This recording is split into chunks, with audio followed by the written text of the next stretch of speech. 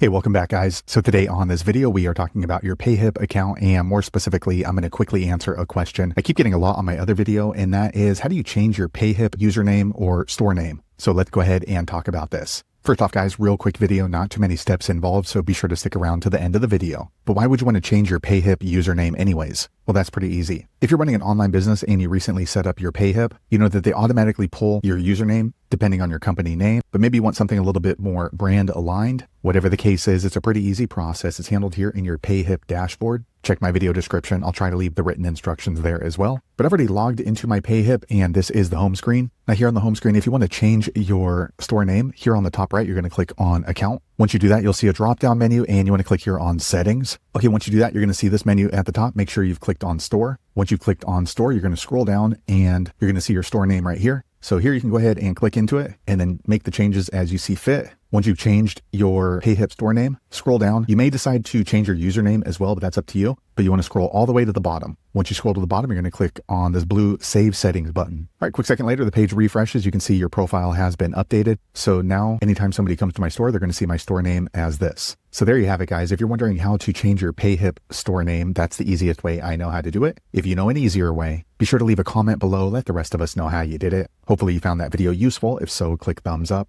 or maybe consider subscribing to my channel, and I hope to see you on the next video. Thanks again for watching.